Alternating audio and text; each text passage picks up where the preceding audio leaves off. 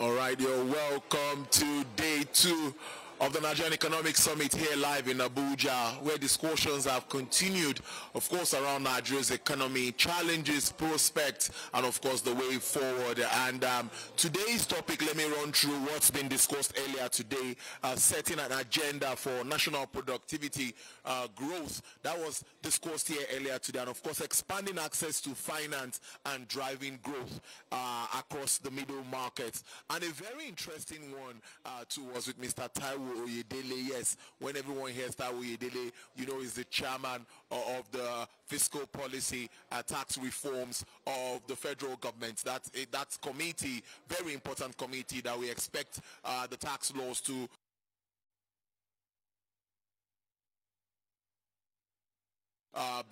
start implementation by January 2026, and he spoke extensively about the challenges and all that needs to be done to make sure it's seamless, how they'll reach out to Nigerians, awareness, correct all of the misconceptions and of course misinformation across the board with regards to this. So it's been a very interesting session and breakout sessions also on various rules. So let me welcome all of you as part of Nigeria's foremost platform for public-private dialogue, driving a renewed promise to every Nigerian. So, from the Federal House of Abuja to the former chief of Ademola Adedigun is the Chief Executive Officer of HA Consultancy. Thank you so much. It's good to have you here. Thank you very much. Yes, good to see you in Abuja. Let me say that. Yes, and welcome to Abuja. I think we should start from the Vice President's speech yesterday. I would like us to take it from there, where he talked about improvements in Nigeria's oil and gas production. It's good news to hear that we're almost hitting 2 million barrels, but you know that there are still challenges. But your overview of the level of confidence coming back to that sector, crude oil theft being reduced almost to the barest minimum. How does all of this come to you as a major player in that industry? Well, I think it's very good news. It's wonderful news for Nigeria. The more oil we can produce at this time, the more we can sell, the more revenue we can make. And reducing oil theft has been a critical focus of the government now. And I'm happy they're doing well on that as well. And the rig count has moved from 8 to 69, which is significant. Because at the point in time, we were living under 11 for a long time. So a lot of good reforms in the oil and gas sector, a lot of good work there, and a lot of good things that will still come up, yes. So, but I'm happy about the developments. But there are challenges, you would agree with me. There are a lot of challenges, yes. I mean, there is one sector alone can revive Nigeria, and the focus of this government is not oil anyway, because oil is predictable. We're going to get 2 million barrels in another 2 years, all things being equal, all things working normally. But that's a global thing, and the dependencies of all crude oil prices are not within our control. So for me, that's good. But non-oil is where we should target more, and which is what we like to hear more. So when you heard about Oyedele, which you spoke about some time ago, talking about tax revenues, how much tax we'll get again, good thing about it as well. The other question is how well the money taken will be spent. And I like the question people asked about, look, more accountability, more transparency, better procurement rules, and more access to information and such. So it sounds nice. It sounds on a good trajectory.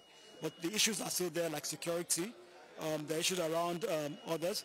And it was also interesting to hear the VP talk about Dangote-PENGASSAN, which I thought he shouldn't have talked about at all. Government shouldn't take sides. Government is government. But that's my personal view. Government should have let government be government. But it sounded a little bit pro a party when he spoke yesterday. And I thought that might send wrong signals to people, thinking they're invisible and they're all powerful. But that's my thoughts. Let's stay a bit with the tax issues, and then we'll go back to the oil and gas industry. One very important thing that was raised here during Mr. Taiwo Oyedele's presentation was the issue of awareness and people really getting to know what's happening. Like I said yesterday during my presentation about the misinformation around the 44 tax that came up and was trending everywhere. And you gave an example of when bad news comes up, you see it trending 40,000, 50,000 views under a few minutes. But when you're trying to retract or address these issues, then you get to see just 50 likes and 60 likes. So what do you make? What do you think should be done more by this Taiwo Oyedele-led committee to pass this information rightly to Nigerians? So they're doing a good job in communication. But you are in media. You don't chase the news. You are the news. Now, bad news can only flow when there's a space for it. Now, when there's no knowledge, people can create fictions and fantasies. Then you start chasing. But when you have put out the right things there, over and over again, there will be no room for bad news. Because even the person put out bad news, either from willful ignorance, either from mischief, will find it difficult to do that. So what they should do more is communicate more on simple terms. But you know, the point about this is this. There's also the part of trusting government, which is very low for many Nigerians.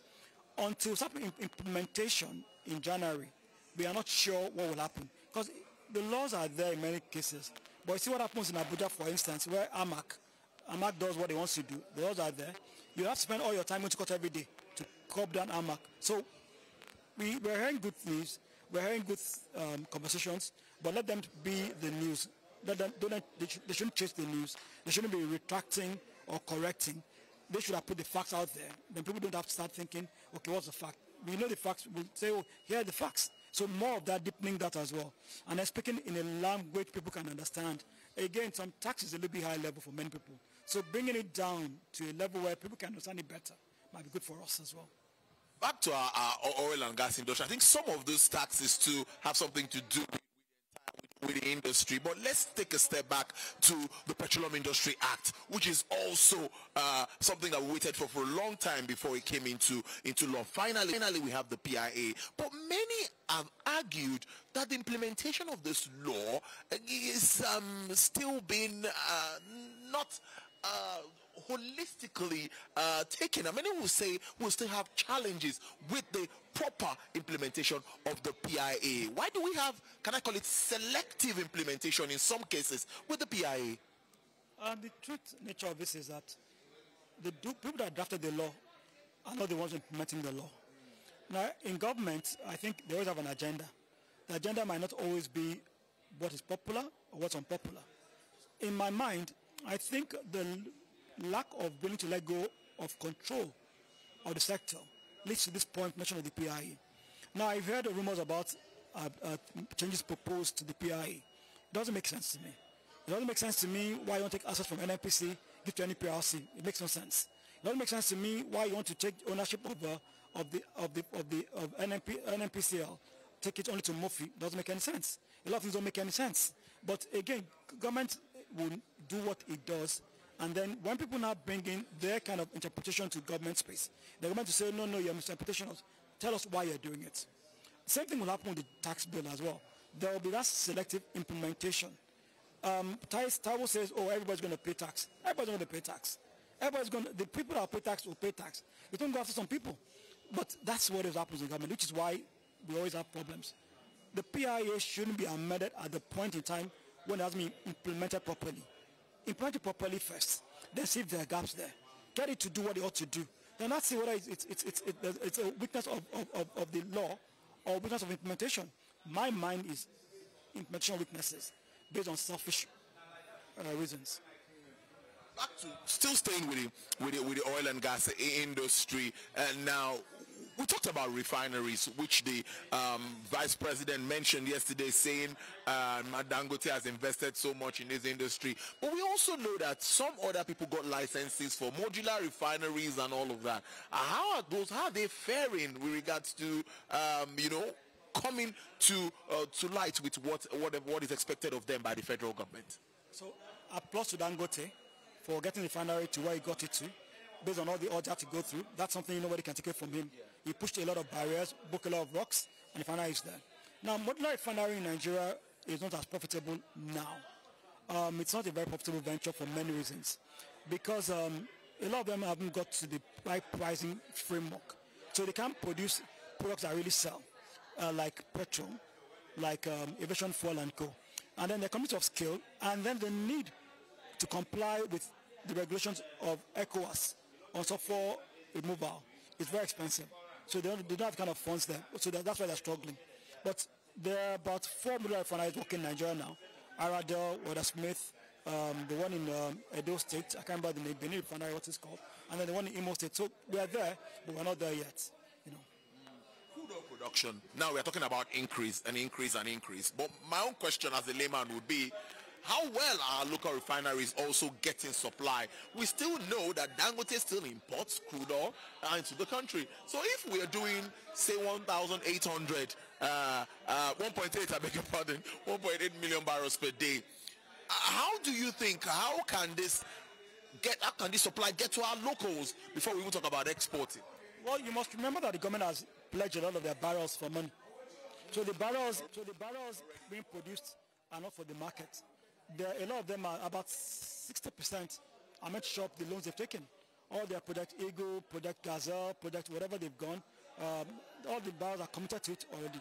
Until about another 4 or 5 years' time, when government can take out their commitments and pay up their debts, we might still not have enough for local refineries and for Dangote. So it's not the fact that they don't follow the domestic crude supply obligations. The fact is that the oil is already pledged to for debts and loans. We have no choice than to just continue to try to ramp up and increase production? 2.5 million barrels, maybe at that point in time, there'll be more enough to get to Dangote and to do the right. But is that feasible? Oh, it's feasible. Well, I mean, with the right framework, investment framework, with the right tax incentives, with the right fiscal framework, we will get there. I mean, this government on that level is not doing badly. They're working on the right direction. Just a little bit more and we'll get there. So let's look at attractiveness now of Nigeria's oil and gas industry. We talk about making that industry attractive, and that's why we have some of these laws. We have some executive orders even to help attract investment, which I think many says that works for us positively. So in your overall assessment, with of course the essay to the president, many have commended her on what she's been doing, but tell us practically how that is impacting our industry, the bottom line at the end of the day. Very positively. The executive orders she's developed with her team are quite good. The impacts are positive. It's helping gas to become more attractive to invest in. It's helping some products to get to FID. So the laws are good, and what she's doing is massive. But what needs to be done is they need to be included in the PIA. So we don't have a clash. So the fiscals that she's amended using executive orders are quite decent for investments. Bottom line, it's not bad. But one thing alone doesn't bring attractiveness of an investment. While you can do good fiscals, you can do good tax recommendation, there are other things that I mean, all theft is one area we're talking about. There's still conflicts in the debtor communities all the time. There's still areas like the Ogoni re-entry, a very positive move by the president, opens more barriers for the Nigerian crude market, but there's still many things around there to fix. So we're not doing badly, it's a good thing. Not doing badly, it's a good one. Well, let's look at this sub-team, part of the teams of this conference, strengthening institutions for sustainable impact. I'm looking at institutions now like the NNPCL, the institutions like the NMDPRA, which you mentioned, and all of them as meant to be implemented with the PIA. Do you think we are on track? What more can be done to strengthen these institutions? Now, in quotes, for impact. Well, there are legacy issues both inherited. More of NMDPRA than NEPRC. NEPCL was DPR before, yes. So DPR had a strong footing and foundation. We didn't really have a downstream regulator or midstream regulator. DPR was doing those parts of the job. Now, the agencies merged together for NMDPRA were not really regulators per se. They were either price regulators or bridging gaps financiers. So it's not the same thing. So they're on the track towards improving and getting to the point where they should get to. But we're not there yet. Now, the PRA prescribed what to do, but some things are not done because of the practicality of doing it. So, for instance, right staffing, right strengthening is very hard. It's quite difficult. But I'm sure we'll get there gradually. We're on the path. We're on that part of getting there. As we wrap up this segment of the show, let's look at NES in its entirety. Coming here, year in, year out, series of discussions and all. I want to ask you what personally you make of it. Some would say, in some cases, are you sure it's not just another talk shop where we talk and we just leave again and we come back here in 12 months and continue talking? In your thoughts, what do you think is different about NES since you've been attending? Nothing is different. What I thought was that we'll get the courage to take 5 years of NES and agree on what has been done and what has not been done. I heard a lot of talk about, from action to commitments. It doesn't happen that way. You have to review what you've done 2-3 years ago and where the gains have been. Because of the attractiveness of lack of dialogue, people still come a lot. But if you had side conversations around, people are saying, what is the impact? And I mean, NES to pick about 4 or 5 critical areas and say this is the critical areas we would support, and our dialogue support, and we will make implementation. And that way, everything works well for everybody. But right now, I mean, we come here, we enjoy ourselves. We see each other, we network, we get cards, but nothing is happening really. Now, almost finally again, that just came to me, the issue of pricing. Yes, I needed to ask you that. The issue of pricing is also something that you see major marketers, those still importing, having back and forth with regards to that. And tomorrow, Dangote Refinery comes up with a new pricing. As of today, stations getting petroleum products from Dangote Refinery are selling lesser than major marketers and all of it. Are we going to continue to see this disparity? What do you make of it? What does it mean for the industry? In as long as pricing disparity is based on competition and innovation, that's fine. If you bring new innovativeness into a system, if you bring in new technology as well, and that can force your cost down, we should cap for price reductions on that. But if price reductions are the force our competitors, that's wrong. And that's not something we support. Now, what I think right now is they're all mutually bleeding because of the games they're all playing. I mean, they're playing a game that is mutually self-destruction as they're going along. But Nigerians now will applaud because we seem to be getting the best of it. But you see what will happen at the end of the day is that we might not be getting the best of it anymore. But I think Dangote is doing a good job in his own side. Marketers are doing a good job again, but let's stop the price wars. It's not helping anybody. All of you are losing money on this thing. It doesn't make any sense. As we're moving to the last part of the year and the last quarter of the year, what would be your general projections for the oil market, crude oil market, and of course the entire economy? Many analysts like you agree that there seems to be a level of recovery, talking of Nigeria's economy. So what do you make moving ahead, moving forward? What are your thoughts? Well, I think recovery is very good. I think we're almost turning the corner. We're not there on impact on the ordinary people. We are there on the fact of people seeing the numbers doing well in terms of, okay, numbers are well and everything. But we're also entering the critical part of Nigeria, the election period. Now, unfortunately, rather than normal, elections are earlier than usual. You find out that already everybody's campaigning already. People are declaring for gubernatorial elections across states, which is not normal. Normally, it starts next year. So that campaigns can affect the economy. So government must take energy and focus to keep the economy on steer. Because there are times when now inflation is coming down now. When we get into core politics, we might not have this anymore. So it's stay focused on track, keep eyes on track. Then the biggest thing is translation of these gains in the macro to the micro. Let the people feel this thing has changed. Right now, it's not impacting Babatunde. Until Babatunde feels it, then we aren't getting there yet. Like many would say, they're getting the macro right, but what about the micro? The micro is important. Everybody has to feel this economy improving.